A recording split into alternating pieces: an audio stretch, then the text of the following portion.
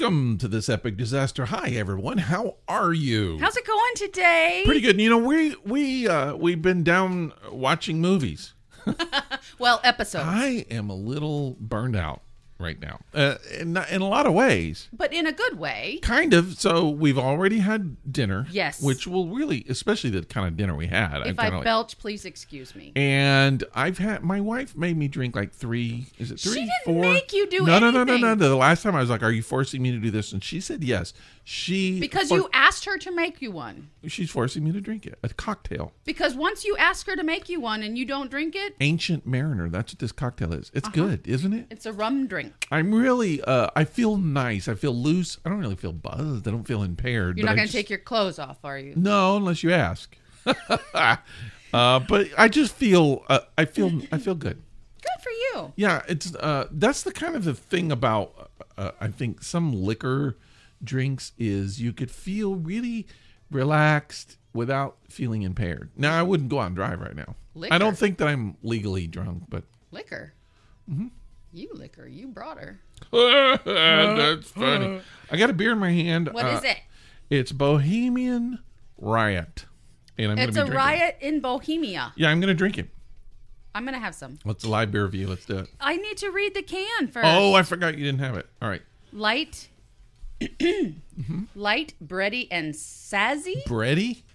That's what it says. So very yeasty. A crisp, light lager that became popular in Bohemia after years of spoiled and inconsistent beer, which led to riots in the city streets. I don't believe it. We've collaborated with North Carolina's Riverbend Malt House to develop a custom batch of floor malted. Floor? What is that? It says floor malted. Do you know what that is? I don't. Is that a thing? I don't know. Floor malted. Doug would know. I was going to say, wonder if he knows. Floor malted. Floor malted barley. Doug, send us an email. Tell us what floor malted means. It means it was on the floor. They malted it on the floor. Yes. I don't know. It creates the bready flavor in this classic style. Saz hops add a slight bitterness while allowing spicy and herbal aromas to shine through. And, you know, they always say that kind of stuff, and then you drink it and it tastes like a beer. Enjoy one or enjoy many. We're going to enjoy one. So this is made with Riverbend Malt House, which I mentioned, but it's from Arches Brewery, which is here in Atlanta. Yeah, I was thinking it's been a while since we've had an Arches, I think. And I've not seen this one. Is this one limited? It didn't say anything about it. I don't know anything about it, but I felt like it was time to drink it. Again, it's called Bohemian Riot. Is this the real life? Is this just fantasy? We're gonna have to pay royalties to Queen and all the people. I'm sorry. I didn't say fantasy. I said fantasy. Oh, then we don't have to pay shit. As in Orange Fanta and the ocean. So I will say it's a color of beer. It's kind of gold. Gold. It looks like beer. Yeah, and I'm guessing it's going to be good. It smells like beer. It smells like beer. It smells like poop. I don't know what that is. Is that me? Is that you or is that the incense you just lit? Did you burn something? No, I didn't. It smells weird though. It smells. It does when you actually put it up to your face and your nose bad, goes in the glass. It's got a weird smell. It's got a weird smell. Like baby diaper, maybe. A little bit of baby diaper. Kinda. Maybe that's the floor. Oh yeah. That's the floor. It's the pelvic floor.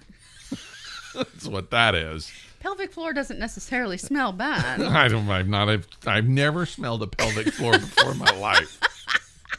Couple of pelvic ceilings, but never went to the floor. I don't think I will.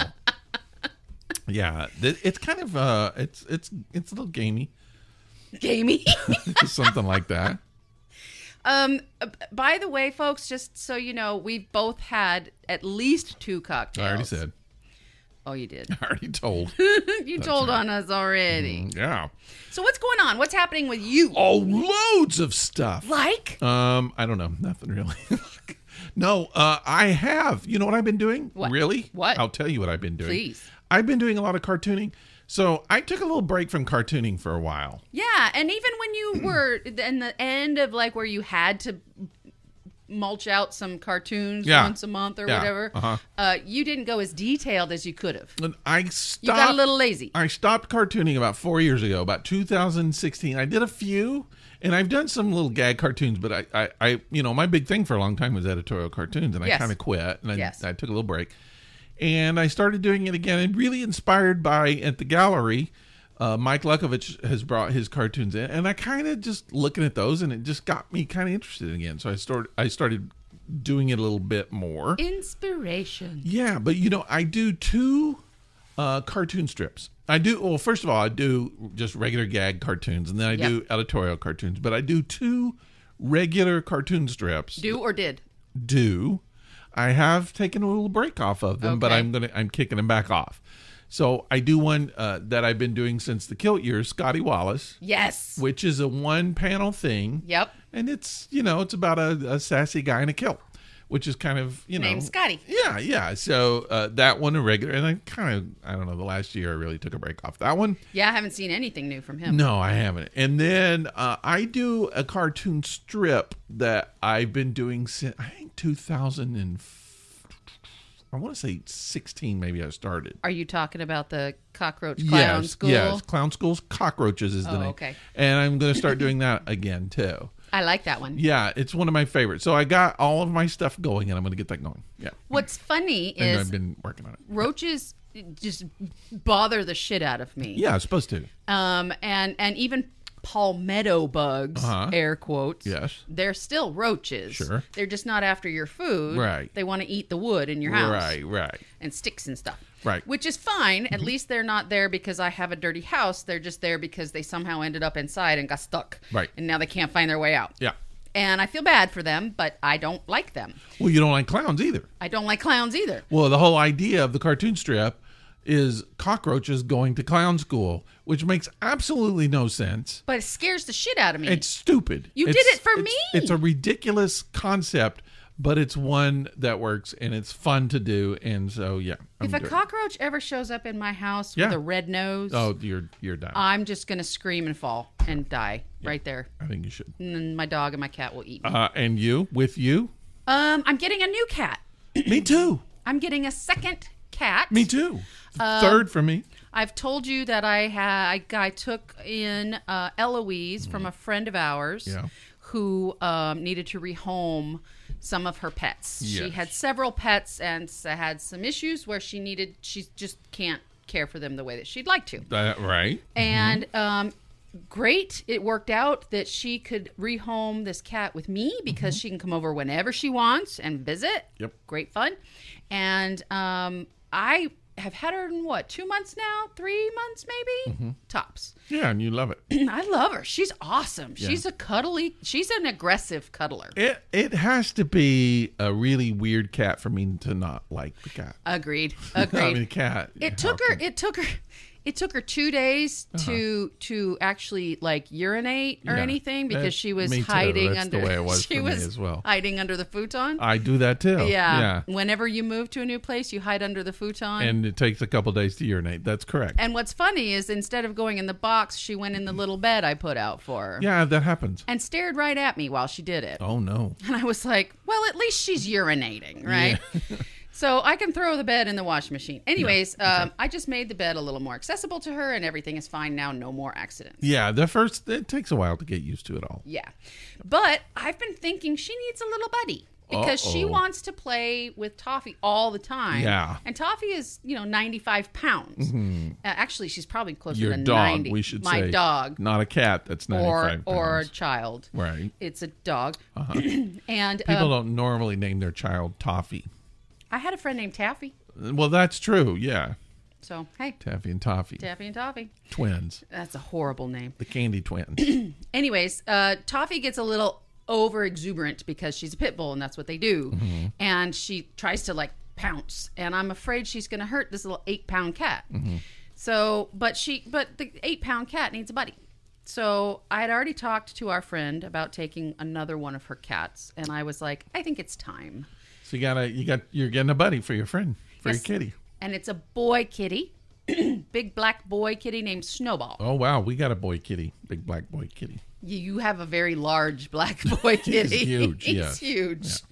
But yeah, so I'm getting a new cat this weekend. That's fun. That's really fun. I'm excited. Now, I mean, financially, I'm a little bit scared because, 3 animals for one person to take care of. They're always making collect calls. It can strap you. I understand. But yeah, it should be good. I'm excited to see the dynamic and see how it works with Toffee. Okay. Yeah. That'll be fun. Yeah. Let's play a game of Would You Rather. Would you rather play a game of Would You Rather? Kick off this show with the Would You Rather. I'm going to throw first. Okay. I asked a what am I Would You feeling? Rather question on my morning meeting this morning. Did it happen? Did it work? Did anybody It answer? did work. It What am I did feeling? I'm work feeling out. red. Okay. Can I use my question from this morning? No. Oh. You could tell it, but we gotta pick from the All right, thing. let's play first, and then I'll tell you. Feeling my red. question. What are you feeling? I'm yellow. Look at that. Look at that. Wow. Dang it. I'm doing well. You're not psychic. Doing so well. He did drop a red, which I stands did. for pain, fear, and discomfort. Oh, look, I got an owie. Why are you flipping me off? I'm not. It's the other side of the finger. I burnt my finger on a pan. Oh, okay. Would you rather... Sorry, squirrel. Would you rather play Russian roulette Oh, God dang it. or have unprotected sex with 50 random strangers? Kind of the same thing. Yeah, But pretty much. I'll easily go with the sex. I would go with the sex all you day kidding long. me? And it might take all day long. I mean, if we're lucky. I mean, for you, it would take 50 days. No, it would take about 30 minutes. 50 strangers? Yeah. You can't have sex with 50 people in 30 minutes. That's the same as with one. You have to finish, though. So with here's each of them. I watched this week. This just reminded me. I watched this week. I can't remember the name exactly, but the latest documentary about Shane McGowan. You know who Shane McGowan is, right? Lead singer of the Pogues. Yeah. Okay. It was produced by Johnny Depp. It's on, what is it on, Netflix or Hulu? I can't remember. Those are the only 2 you have. Yeah, so. and I can't remember something gold, Fields of Gold, something gold. I don't remember exactly, but it's a Okay. documentary, not as good as the one that I'd seen previous about Shane. Okay. But still good and interesting and about his life. But one of the things that he reveals later on, this is so weird. They're a rock band. At the time, one of the biggest punk bands in the world. Great music. And they were bored. They were all bored, and they were all kind of tired of what they were doing. And one of the band members talked them into playing Russian roulette on the bus, and they would do that regularly. Regularly. Russian roulette. With a gun with an actual bullet in it. Are you serious? They have no concern for safety. That's crazy. That is insanity. And fortunately, no one got shot. But anyway, That's crazy. that's so stupid. All right.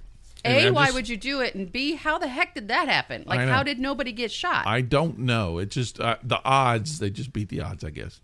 But I it's don't insane. know. It's really crazy. I don't know. All right. So there you go. Okay, it's my turn. I'll have sex with the strangers. Can I pick the strangers, or do they just like walk It said up? random strangers. My whole life, my entire life I've been living, I've not had 50 people come up to me and ask me for sex. It's just not happened. I don't think that's going to happen. Random, I'm pretty sure I could say not one random stranger has come up to me and asked me for sex. Do you know what happened? I think it's Fetish Con. Okay. So Fetish Con comes to Atlanta. Is it? Mm-hmm. Okay. And this might be the convention or it might be another porn convention, but there is always someone, normally female, they're trying to break the record to see how many people they can have sex with Yeah, that's creepy. in a 24-hour period. I've seen photos of that, just like a huge line of guys with their pants around their hands. It's just creepy. and they just come, they stick it in, and they walk away. Stupid. Stick it in and walk away. Is that's the only woman you could get? No. No, they just want to be part of It's history. demeaning. I'm sorry. It's extremely How is it a demeaning. part of history? Are you in a book? Are you in school? What history is that? The Guinness Book of World Records. No, Guinness. I guarantee you that's not in Guinness Book of Records. They Really? don't put porn stuff in Guinness Book of Records. Are you sure? Yes, there might be a porn Guinness Book of Records, Okay. but it's not in there. Okay. It's my turn to drop a stone. Drop it. Blue. Purple. Close. Purple is a color that we all Food love. ingestion. And it's something that we all want to know about. food and ingestion. I'm patting the show while I put on my glasses. I can tell. Purple is food and ingestion. All right. Would you rather be forced to eat a round container of snuff? Ew. Eat like Copenhagen. Like swallow it and everything? Yeah, eat it. You have to chew it and eat it. You would throw it up. I've chewed tobacco before. I've swallowed tobacco before. Yeah, me too. I'll tell you my first experience of that in a few minutes. And the last. Or 1 cup of cedar shavings from a hamster's cage. So it's going to be a little salty. Would there be protein in that, do you think? Hamster's cage? I've never eaten. I don't know. All I'm thinking of is urine and poop. All I'm thinking of is splinters. That could be too. I'm going to go with the snuff. Oh, really? Yeah. Okay. Because you can just eat it all and then throw it all up. Okay. Doesn't say you can't. That makes sense. All right. And it's edible and probably doesn't have a lot of germs in it. But it's full of chemicals. So I remember when I was a youngster, I was in high school, I think. And I decided I'm going to chew tobacco. I don't know why. I think maybe... In high school? Yeah, I think people in my high school were doing it, and I just thought, okay, I'm going to try this. That's cool, yeah. Maybe. So I bought a pack of Red Man. You remember Red Man? Mm-hmm. And I can't even... No. I take it back. It wasn't Red Man. It was Beech Nut. Yeah, because Red Man is actual tobacco. Well, so is Beech Nut. Oh, you're right. You're right. So I bought a pack of Beech Nut. One of the two. Now I can't even remember. It's been so long ago. Dang it. I want to say it was Beech Nut. Because Beech Nut had a little sweeter flavor than Red Man. Red Man was a little hotter. Now you're a connoisseur? Yeah. Okay. So I got the Beech Nut and I put a chaw. Well, that's what we call it, a chaw. Chaw in my mouth. Mm-hmm. And you don't chew it really. No, you stick it in your gum. You stick it way in your mouth and you just leave it in there. And suck on it. Yeah, and then as it gradually builds up. You spit. I'm sorry, I got to get a little graphic here. As it gradually builds up with tobacco spit in your mouth, you spit it out. Into a cup or a spittoon. I don't know why, but eventually and inevitably, you're going to swallow some of it. Yes. It's just going to make its way into your stomach. Yeah. And your stomach's going to be like, no. I don't want this. Why are you doing this? Go away. I've never had this before, and I don't want it. No. In fact, you can have it back. Uh-huh. And it's going to send it right back up, which it did. And I thought I was so cool until the moment I was hurling my stomach out in my driveway of my house. Not to mention... I think that was the last time I did it. Not to mention, you are absorbing the nicotine. That's why you do it. And stuff through your cheek and your gum. That's why you do it. That's why you do it. Yeah. And that can sometimes make you vomit as well. Yes. And but you're also giving yourself tooth decay, gum disease. Possible cancer. Yeah. Yeah. And you're not going to get picked up by the chicks. So my first husband, when we separated for a little while, and when we got back together, by the time we got back together, he was chewing tobacco. Oh, no. And you know how you used to leave half Diet Cokes everywhere? Yes. He used to leave cups of spit everywhere. Yeah, I know everywhere. People like I know people like that. And I'm like, and it used to gross me out so much. So finally, I was like, do you know how much you chewing tobacco disgusts me? And he's like, I don't know how much. And he had a spittoon cup in the cup holder in his truck. So I grabbed it and I slugged it down. No. I did. No. And he had to get out of the car and vomit. I would too. And I was like, that's how much it grosses me out. That might be the most disgusting thing that you've ever said to me. And then I got out of the car and vomited as well. I don't blame you. I would never see that person again ever. Ugh. Yeah. Now I'm feeling sick. It was a cup of his spit. Oh, just stop. That's it. Sorry. You just made our last listener to leave. Dang it. So my would you rather question from this morning's meeting was, would you rather have a maid for life or a chef for life? Oh, wow. Personal maid for life or personal chef for life? Maid. That's what I said. Yeah, I can cook. I can cook. I can microwave Tostino's pizza rolls. Somebody's got to clean up the cooking. There you go. Yeah. That's the problem. Yeah. I went with maid. I would too. Sure, why not? I don't want to clean a litter box. All right, so we were just downstairs watching a series. Yeah. What you didn't want to watch originally. And I thought it was ridiculous. I know. You got kind of addicted to it. It's called Love on the Spectrum, which I think it is. It's Netflix. Netflix, yes. And it's a series about people on this autism spectrum. And this is the U.S. version because there used to be an Australian version. Yeah. And so it's couples who, well, it starts with single people. Right. On the autistic spectrum, and each in like different, what do you call it, ranges of functionality, I guess, or severity, or whatever you want to call it. I don't know. Yeah. And they're dating. They're trying to get out there and date. They're all in their 20s and 30s. Looking for love. Except one guy is 60-something. And they're trying to date. Mm-hmm. And it's really interesting because, we talked about it. Normally, just in dating, you have so much crap you have to overcome. Just dealing with another human being is just impossible. Because they have their baggage and you have your baggage, and who's going to carry it and why. It's just crazy. Yeah. But now with that, which they have to deal with as well, but then they have to deal with their stuff. Their specific issues. That happen because of being on the spectrum. Mm-hmm. And some of them don't have to deal with certain things as much as other people do. Right. Most of them have difficulties just social interaction, which when you're dating, that's what dating is, right? It's hard enough just being an awkward, anxious person who has a hard time picking up on social cues. Yeah. If you're on the spectrum, especially if you're a little high on the spectrum, social cues are like just right over your head. Yeah.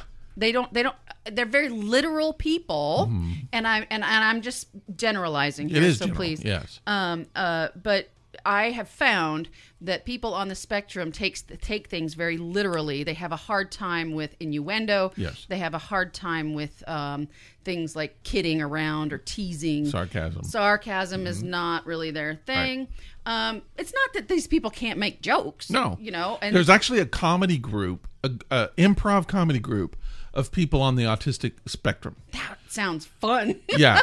I can't remember the name of it now, but they performed here in Atlanta not too long ago. Okay. And so, Dan Aykroyd is autistic. Yes. Asperger's, I believe. Yes. Which, by the way, is we're talking about love and stuff. Did you know, this couple months ago, or this month, he and his wife split. They've been together for like 30-something years. Yeah. Donna Dixon. I did not know. Gosh, she's so good looking. So Dan used to be too, but now he's just puffy. Well, we all get that way. We're both working on that. I mean, it's none of my business. I don't know why, but it just seems like, you've been together that long. Just keep going. It's like, what? Yeah. But they say they're going to be friends and all that. Everybody always says that. What? Nothing. What? There's something back there. What is it? Roach. Where? Up right there. Where? At the top of the... Oh, we just yesterday got sprayed in here. So he's running away from it is what's happening. No, he looks fine. No, he doesn't, because they don't normally go to the ceiling. Because if they spray on the floor. Well, I mean, I don't have. I'll take care of it in a little while. Just stop looking at it. Okay. All right. He heard I'm doing this great cartoon series, and he's like, I really love your series. I'd like to audition, strip. please. I'd like to be a part of it. I'd like to audition for you. Yeah, I don't know, because they came to their house and sprayed. He sprayed chemicals up here. We're breathing it right now. Yeah, but they spray the floors. I don't know what they do. I don't follow him around. All right, so just ignore it. It's fine. I hired him. It's my personal assistant. Yeah. Okay. What were we talking about? Oh, yeah, Dan Aykroyd. I don't even know why we were talking about Dan. Anyway, Dan, good luck to you. Donna, good luck to you. Love on the Spectrum is a great little series. If you get a chance to, are you looking for more now? Just give it up. It's my OCD. I'm sorry. Just look down and don't worry about it unless one crawls in front of you. Shut up. It's going to be fine. So, and I enjoyed this. I've watched like the first season of this, and it's been a couple years ago, I guess, which was great. And so I was watching this one, and we've had this conversation here before. I'm pretty sure, even though I'm not being diagnosed by a professional, I'm pretty sure that I am somehow on the spectrum. I could have told you that. Well, I have know. told you that, and I think other people too. And I started thinking, and I was going to ask you this question. So tell me. Yes. This could be any. It doesn't matter if you're on the spectrum, off the spectrum, whatever. Really, let's just say normal, regular relationships. Okay. What do you consider the number one absolute necessity for a successful relationship? What quality? Can I pick two? I said number one. You pick two, but what's the number one thing that you have to have? I think the number one thing you have to have, and I'm not just going to use a one-word thing because it would be incorrect, but the number one thing you need to have is you need to have adult, calm conversation. What does that mean? It means don't... Adult what? Calm. Calm. CALM. Conversation. Okay. Correct. And communication, I guess, is the word I'd really like to use, because as somebody pointed out to me, communication could be, why don't you go fuck off? Yeah. That's communicating, right? It is, sure. But that's not a calm communication. No. And it's not really an adult communication. Okay. So I would say that people... So this leads me into my second thing, which might actually be my first thing if I think about it. My first thing maybe would be a high emotional IQ. Yeah, I think that's very necessary. That might be my number 2. Yeah. Yeah. So having a high emotional IQ means that you know when to walk away. Yep. You know when to not take things personally. You know when to have a good, calm conversation. Mm-hmm. And you know not to rise to someone else's level. And you know just the calmer you get, the calmer they... I mean, all the things that come with emotional IQ. Yeah. That's got to be probably... I think that's my number one. Okay. What do you think? For me, the number one... Now, I'm saying this after years of perfecting it. Many marriages, many divorces, many relationships. Sorry, I'm getting feedback. Well, you just had to like bend over Woo! To wrangle that dang cockroach. Tomato soup and grilled cheese sandwiches will get coming you back up right in the middle of the podcast. Ooh, okay, acid. so I think, to me, the number one thing any successful relationship has to be mutual respect. Yes. That to me is the number one thing, because to me, if you have that, it takes care of the other stuff. Yeah. If you have mutual respect, you communicate effectively with each other because you mutually respect each other. Correct. So you're not going to yell fuck you at somebody because you respect them too much to do that. Right. So if you both respect each other, then you care about what each other think. Mm-hmm. You listen. Mm-hmm. You know, all of that stuff is kind of incorporated into that. And then the second thing, which I forgot what we said, would be my second. Emotional IQ. Yeah, I think that's very important. But that's also tied into mutual respect, too, because you kind of have to be emotionally stable and emotionally secure to do that, and mature, too. So I want to ask you a question. Okay. So I agree with the mutual respect. That's not a question. However, my question is, Uh-huh.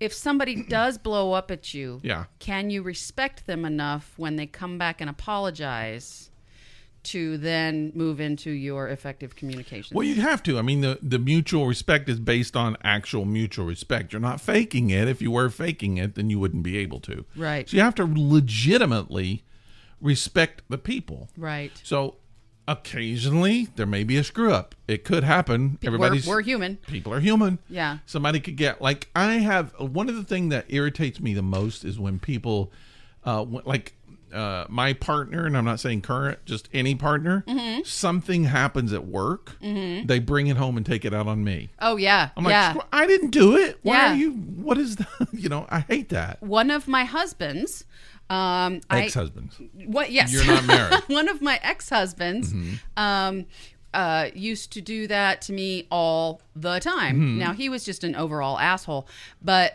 he would do that to me all the time, and I would try to explain it to him. I'd be like, you know, you come home from work, you bitch at me, you say blah, blah, blah, blah, blah, and then we go out and everybody else gets the best of you, and I get the worst of you. Yeah. And that's not fair to me. No. And there's nothing wrong with, and I feel like that there has to be kind of a setup. Just like, look, I've had a bad day at work. I might be a little grumpy. It's not you. I want you to know. I'm going to be grumpy to everybody. So, and that's when that's when your partner says, "Do you need to vent? Yeah. Do you need to be quiet for a while? Or I understand. Or I understand. Yeah. Let's move on. Yeah. And so, but again, it's the mutual respect, and I just feel like that all of that stuff is kind of incorporated into the mutual respect. I believe you cannot have a successful relationship unless you do that. And not only that, but another thing about mutual respect is it's focused on the other person. Mm-hmm. So, like when we were watching this Love on the Spectrum thing, there was like one particular person who was dating. It was like so self-focused. Yes. Everything had to please her. Everything had to be the way she wanted it. Yes. All the people had to fall in line with the descriptions and the characteristics the way she felt that they should be. Everything was geared towards her. And when she would ask questions about dates, it was always somehow geared toward what she found either happy or secure or whatever. Mm-hmm. And when she would ask her prospective mates, I guess you'd call them, her prospective romantic relationships, on their first or second dates, when she would ask them questions, you could tell that she wasn't listening to their answers unless she heard something she wanted to hear. Right. And then she would elaborate on it. If they said, oh, no, I don't like that, as a matter of fact, or I'm just not that into that, or whatever, she'd go, well, I am. Yeah. And it's like, okay. Well, it's a very immature way of approaching a relationship.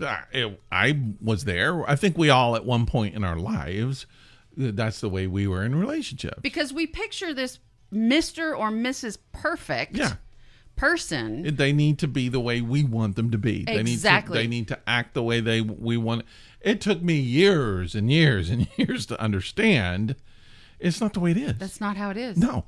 You In can't fact, control people. It's not even fun that way. No. The fun thing is somebody that's different. Totally different, or not only totally, but different and unpredictable. And has their own interests aside from yours. Yeah. Because you might learn something. Yeah. And you might have a new interest. Or you might just have time away from them while they go and do that interest. Yeah. And you do yours. Or whatever the case may be. People need time away from each other. And if you like absolutely everything the same, you're going to be handcuffed to that person for the rest of your life. Yeah. And I think that, there are certain interests that you can have and still have mutual respect. Yes. So, one person could like bowling, someone else could like singing in a choir.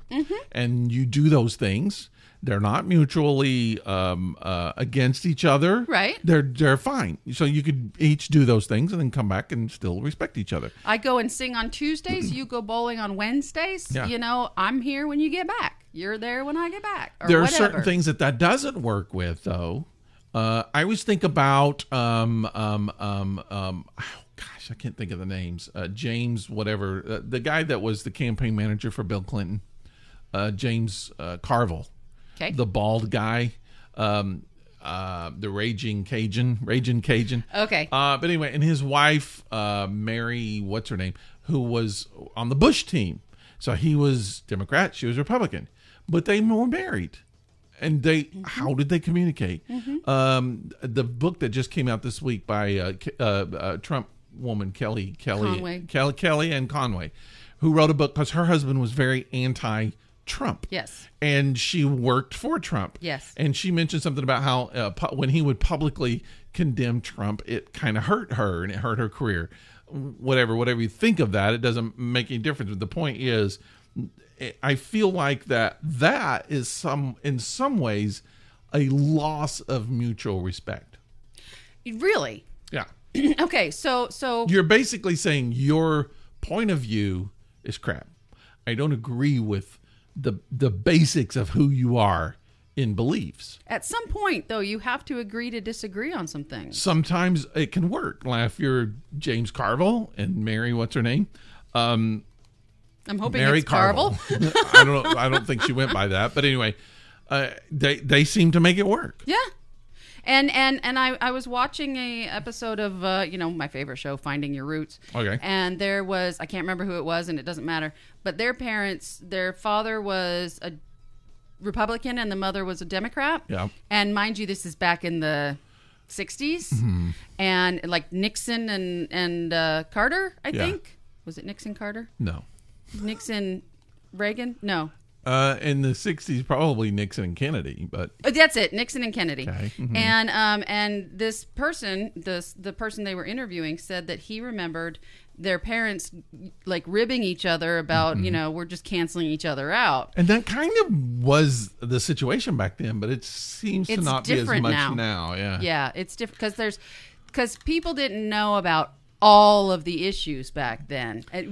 Politicians weren't as straightforward. Well, they also weren't quite as polarizing, I think. Correct. There was a lot of overlap. Yeah. And now it's just But I just feel like that now those kind, not always, but those kind of issues, like if somebody is a fundamentalist Christian and somebody else is an atheist. yeah. It's just like, how do you make that work? Because essentially one person is saying to the other person, your viewpoint's crap, or I don't agree with it, or it's wrong. Or Yeah, whatever. yeah. So there's a lack of mutual respect. So I think that certain things don't work, but other things can work. And I just feel like that's got to be the number one. To me, that's the number one thing.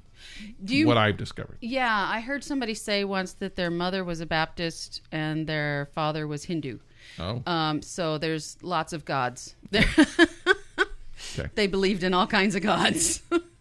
And, I mean, if you can make that work, good luck. Yeah. Good luck. So, Okay. Anyway, that was fun. it was a good show. It was.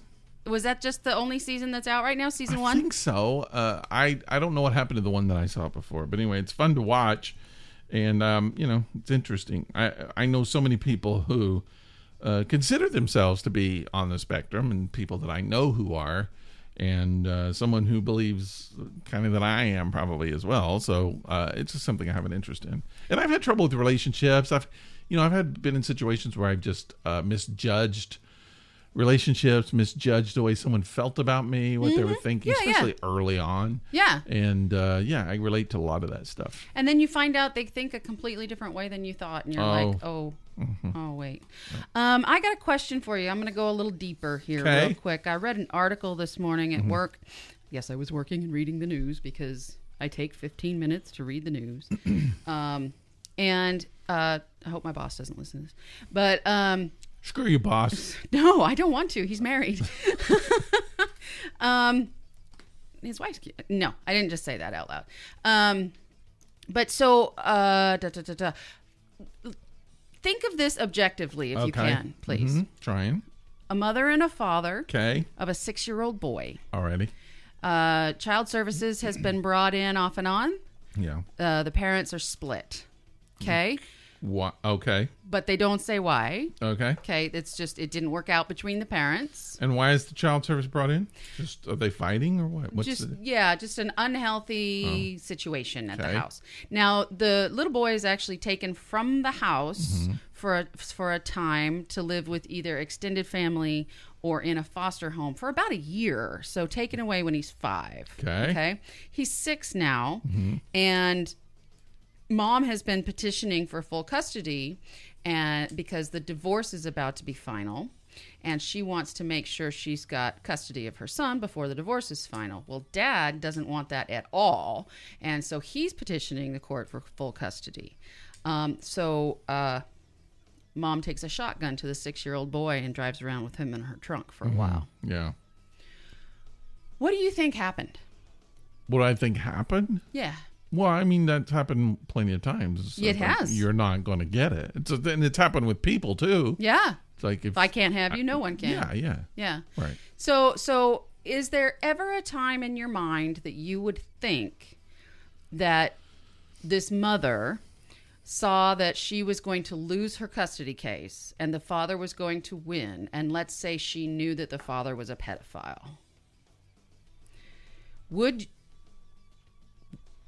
you ever forgive her for taking that child's life as opposed to letting their father have them? If he's a pedophile and she knows it, I mean, if she's got some evidence, that can be brought up in court. That could be gone again. I just don't see a situation when killing someone is the outcome. I agree. It doesn't really make sense to me. It doesn't make sense to me either. I mean, there has to be somebody. But again, if she was an unfit mother at some point, maybe nobody's believing her. Maybe nobody's listening to her. But she's protecting a child from someone by killing them. That makes no sense. It makes zero sense. It's like the ones where it's just like, I don't want you divorcing me, so I'm going to kill you. Yeah. It doesn't make sense. It doesn't make sense. I mean, I understand what you're getting at, but it's still, there's too many other options than that. Also, second question. How much do you know about postpartum depression? A decent amount. Okay. How long do you think that a person with postpartum depression suffers those effects without treatment? Without treatment, I have no idea, I guess. I mean, if it is a chemical thing, which a lot of it is, it could go on for quite a while. But if it's a mental thing, I mean, years even. Yeah. Yeah. Yeah. And it can cause other issues, substance abuse issues, sure, self-medicating. Well, just like anything can. Yeah. It's traumatic, sure. Yeah. Well, I read a news story where this happened, and I was reading the article, and then I looked at the picture after I read the article. I had a picture. It was a very short article because it's still under investigation. But the mother had been arrested, and there was a photo of this kid, clearly 6 years old because he's missing both his front teeth and both his bottom front teeth. So he's just got this big old gap, but he's got this huge grin on his face and he's super cute. And then there's mom in her mugshot and she's smirking. I got no sympathy for you, babe. No, I just feel like, number one, there are people who are like get deep postpartum depression who don't kill their kids. I agree with that. It's not a necessity. No. Second of all, there are other ways out. There are always other ways out. But, I mean, you read about here in Atlanta at least once a week somebody's killing somebody because they broke up with them. Yeah, but I mean, that's not an excuse. It's not an excuse. It's the excuse they will use, but it's not an excuse. And again, it's if I can't have you, nobody can. That's generally what it amounts to. It's a revenge kind of thing. And it's just like, if you're trying to explain that I was trying to keep them out of danger by putting them into more grave. danger. Yeah. Even not worse. It doesn't make any sense. It's not make any logical. In a mind that's a little warped, maybe it does. But like just this past weekend, a man here in Atlanta shot the mother of his child and her mother while her mother was holding his 4-year-old daughter. Now, thankfully, the children were not hurt. There was a 10-year-old there as well. But the mother of his child died, and her mom is in critical condition. yeah. So, and then he kills himself. So now that child has no parents. Right. 0 parents. You just took away both of that child's parents. Yeah. With one fell swoop. I just don't understand it. No responsibility there. They don't have to put up with anything. It doesn't make any sense to me. The child is punished. Yeah, the child now has to grow up in God knows what with God knows who. To live and probably to repeat the same kind of actions. Probably. Because that's what they grew up in. And is grandma actually going to make it? Is she going to be able to take care of this kid? And then how long will that last? Yeah. It's just, it just seems like a horrible situation. It is. To read about, but I read about that stuff all the time because I don't know. I guess I like to torture myself. Okay. Anyways, I just wanted your thoughts on that. That story just kind of stuck with me from this morning. Okay. So that's that. That's all I got today. I was going to bring up something. It kind of seems, after that, it kind of seems sort of a letdown. Oh, anticlimactic. So, you know me. I'm a huge, gigantic, big, and we talked about this on the show, fan of the group Kids in the Hall. Yes. The comedy group Kids in the Hall. Yes. Now, if you don't know, Kids in the Hall, comedy group from Canada who were really big in the late 80s, early 90s, throughout the 90s, had a show that first appeared on HBO, sketch comedy, and then eventually moved to, I believe it was Comedy Central. I always thought that Mr. Canoehead was theirs, but I don't think he is. There is, well, you're getting a little, there were guys in a canoe. No, I'm thinking of Mr. Canoehead. It's I think it's the other Canadian duo, the red and yellow or red and whatever they're called. I can't remember their names. I'm not sure what you're getting at. Okay, I'll find it. But anyways, move on. We don't have to go into that. But anyway, so Kids in the Hall performed they did like, I think 5 seasons, I'm pretty sure. And and then quit. They did a movie. What are we looking at? I just wanted to show you Mr. Canoe Head. 4 on the Floor? It's 4 on the Floor. Never heard of them. That's so weird. I wouldn't have put them with 4 on the Floor. I don't know that group. Never heard of the group, and I'm usually pretty up on sketch comedy. And this was back in Kids in the Hall days. Wow. Anyway, so they did their season 5 seasons, and then they kind of, I don't want to say they disbanded, but sort of did. They did a movie called Brain Candy. Yeah. Which completely bombed. Yeah. It was horrible. No one saw it. It just, the critics hated it. And then that, a lot of people say, ended their career. They just kind of went their separate ways. Yeah. And so they all kind of went out and they did many different things. Back in the, I think, early 2000s, yeah, they regrouped and they went on a couple of live tours. Yes. I saw one of them. Wow. Which was fun. And that was nice. And yeah. So we had them. Then they did, a few years ago, they did a new little thing called Death Comes to Town. It was sort of a mini series. And I own it. And I still to this day haven't watched it. But anyway, so like last year at some point, there was rumor came out they were going to do a new season. And now they're all older than me, except for one. They're all in their 60s. And so I was really concerned about it. Mm-hmm. So, and then they did it, and then the publicity, all the stuff, and it was released, I think, last week. Yeah. 8 new shows, 8 new episodes. All at once released. They call it season 1, but to be fair, it's season 6. Yeah, yeah. But anyway, Star Wars. But it goes from kids in the hall performing in their 20s and maybe 30s to kids in the hall now in their 60s.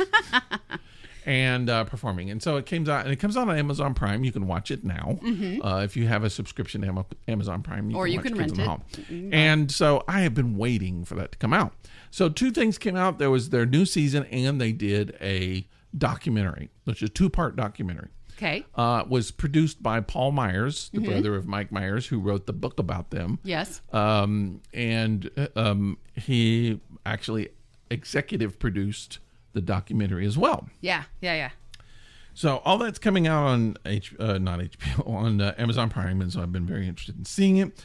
Last week it came out, so I ended up binge watching all 8 episodes. Yeah, like one right after another.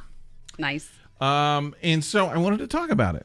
Did you watch it, or were you on your computer and watching it? No, I watched it. Okay. But kind of a little both. I mean, I was at work, but for the most part, I pretty much watched it. Uh-huh. And so I had a few fears going into the show. Right. They have some regular characters. So their most popular character was the head crusher. The guy who crush your head. He looks through his fingers and goes, "I'm crushing your head. I'm crushing your head." You know, like he's crushing people's heads. Yes. And that was the character that kind of took off of theirs. But they had other characters as well. And so my fear was that they were going to rely on these characters, old characters, and it just wouldn't make sense. Yeah. They did not. They did what I hoped that they would do, which is play older characters. They really made fun of age. They kind of played a lot of aged characters. They did do some of their classic characters.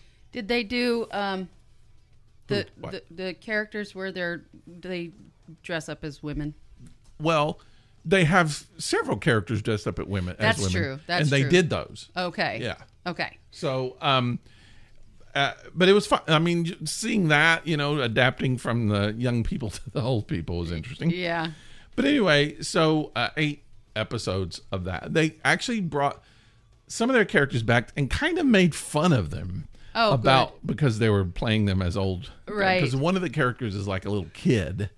And they actually had a couple of funny lines about them doing that. Awesome. So anyway, so I binge watched it. And I have to tell you, so I don't know.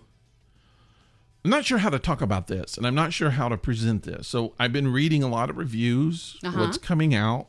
Been reading what a lot of people say. I watched 8 episodes, and to me, it was one of the worst things I've ever seen. I hated it. Really? Yes.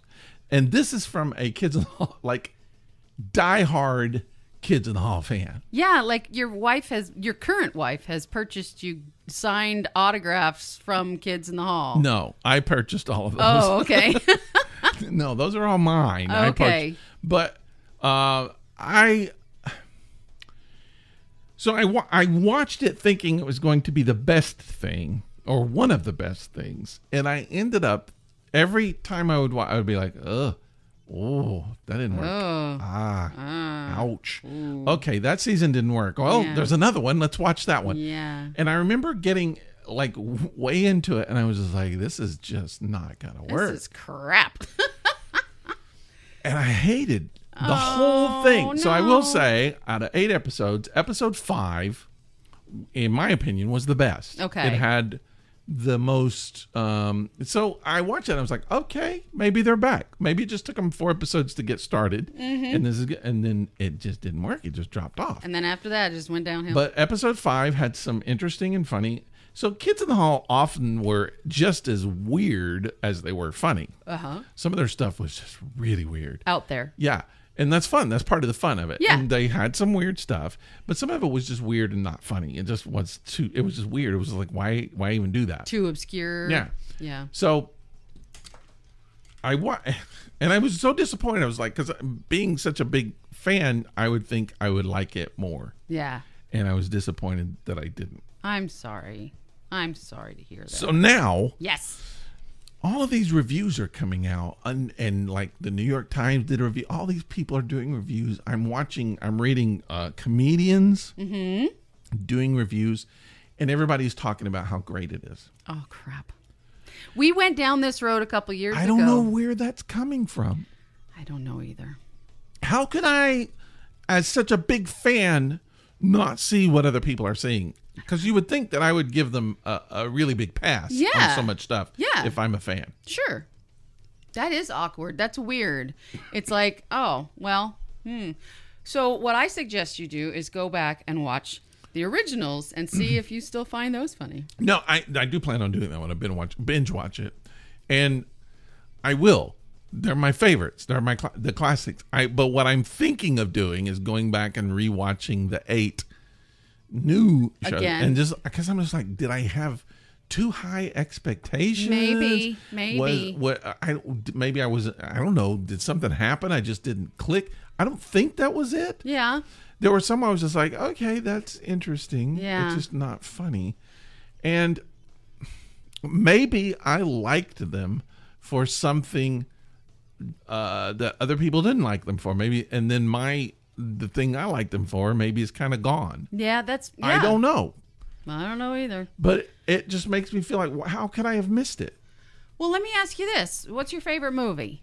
My favorite movie? Ever. Of all time? Yes. Wow. I'd have to think about it. St. Elmo's Fire. Well, that's one of my favorite movies. A lot of people think when I say it's one of my favorite movies, I'm saying it's the best movie. Yeah. It's not the best movie. Okay.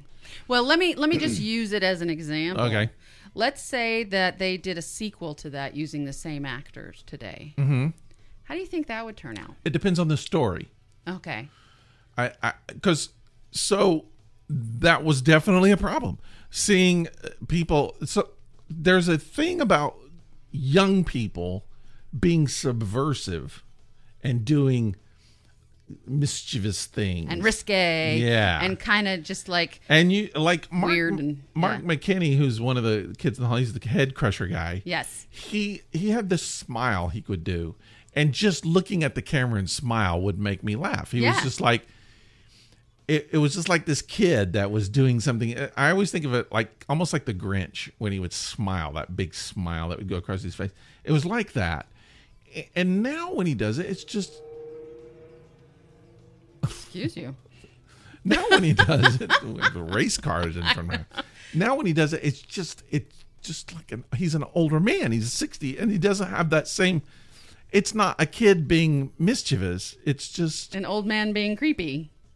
things that came off as funny when they were younger, to me anyway, come off being a little more creepy now. And now it's like, I have some ice cream in my house. Would you like to come? I can't do the voice. But whatever, those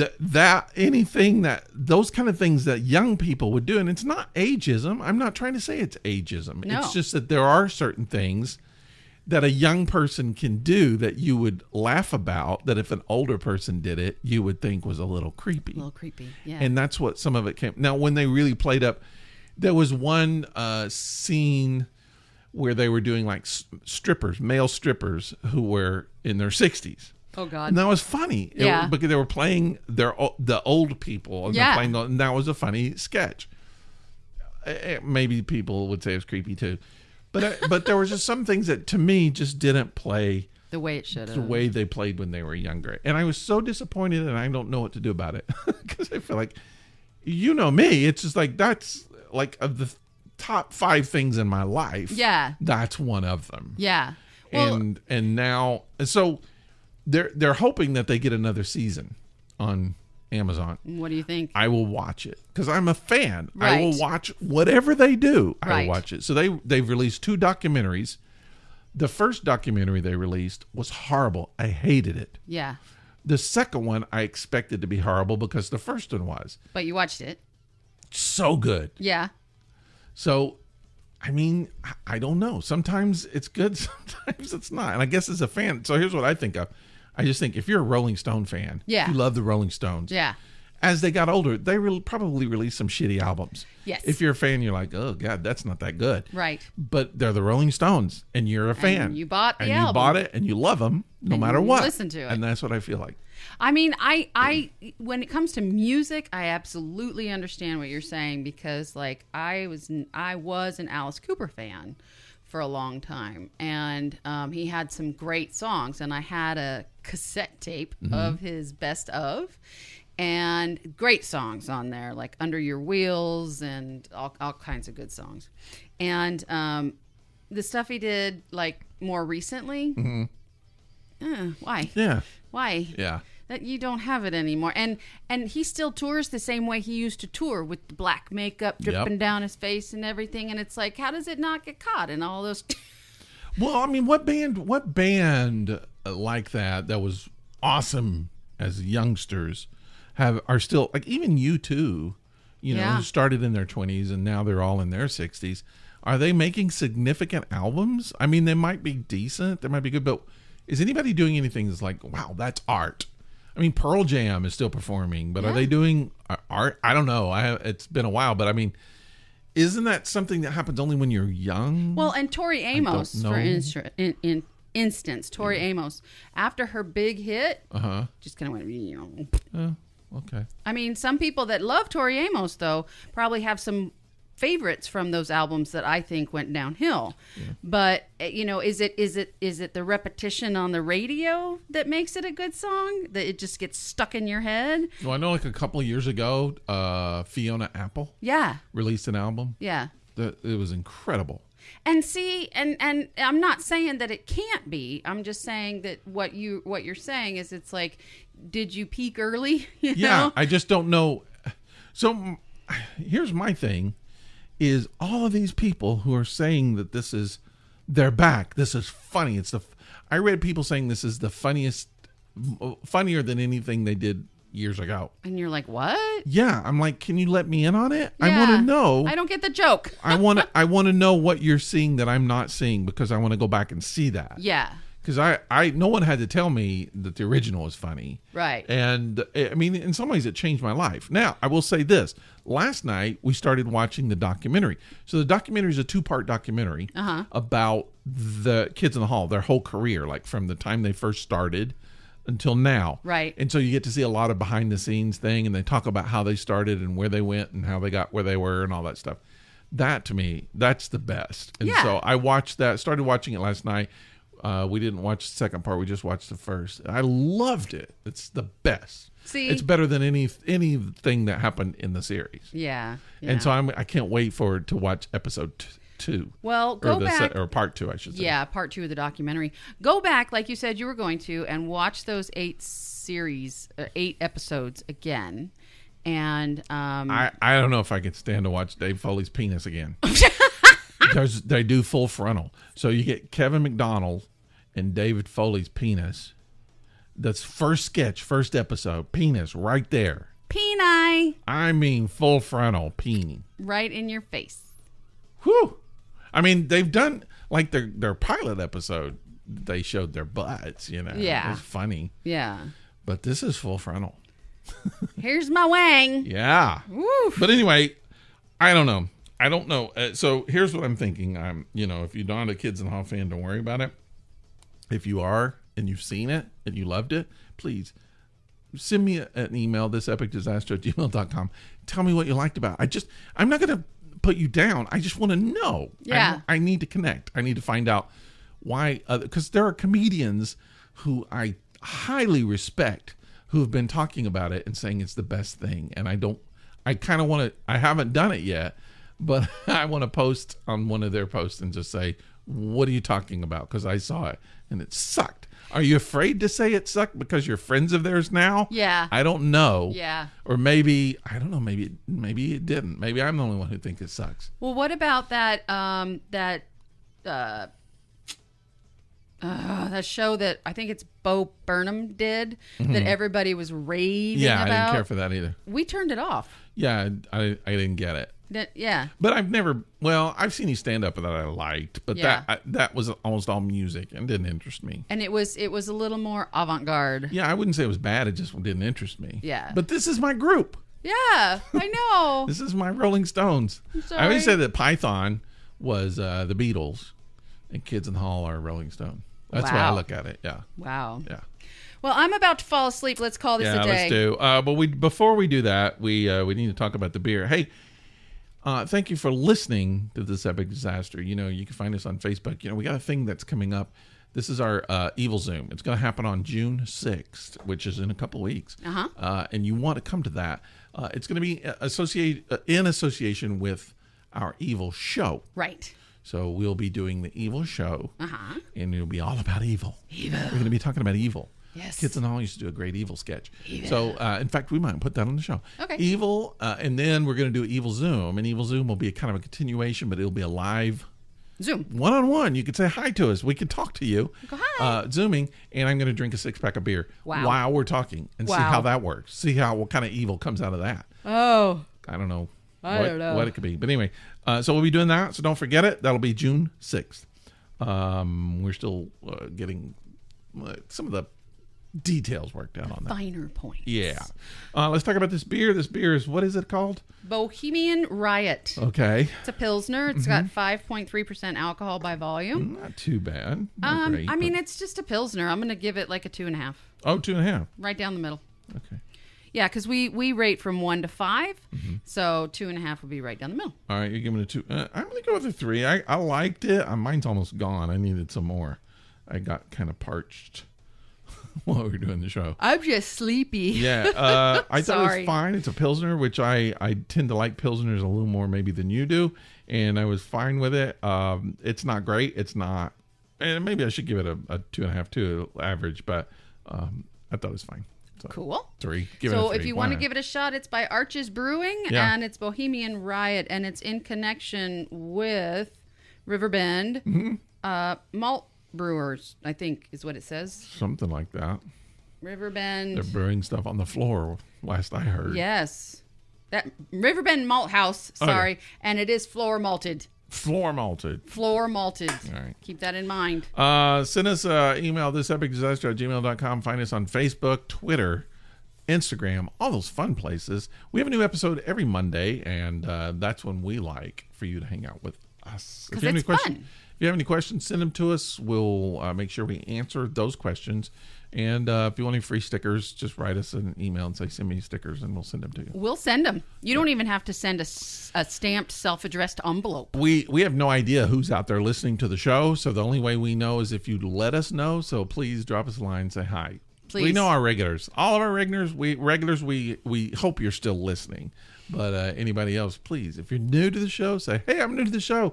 You suck. Or we like you. Yeah. I don't know. However you would like to phrase it. I wonder if there are people who listen to us, like I watch Kids and All. They're like, I used to love them. I don't know why I like them anymore. They suck. They're awful. They suck. Why am I listening to this dribble? I think everybody says that. Probably. All right. We'll talk to you next week. Okay, bye. Bye.